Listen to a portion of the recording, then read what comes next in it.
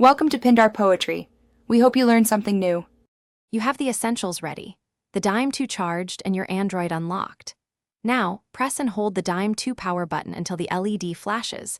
This puts the earbud into pairing mode so Android can see it. On your phone, open Settings, go to Bluetooth and turn Bluetooth on.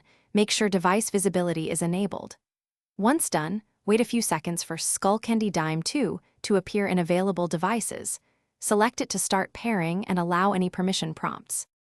You should now see the Dime II listed. Tap it to pair. You'll hear a tone from the earbud and see a pairing request on screen. Accept it and grant any audio or media permissions so calls and playback route correctly. Make sure the phone shows connected for audio or similar.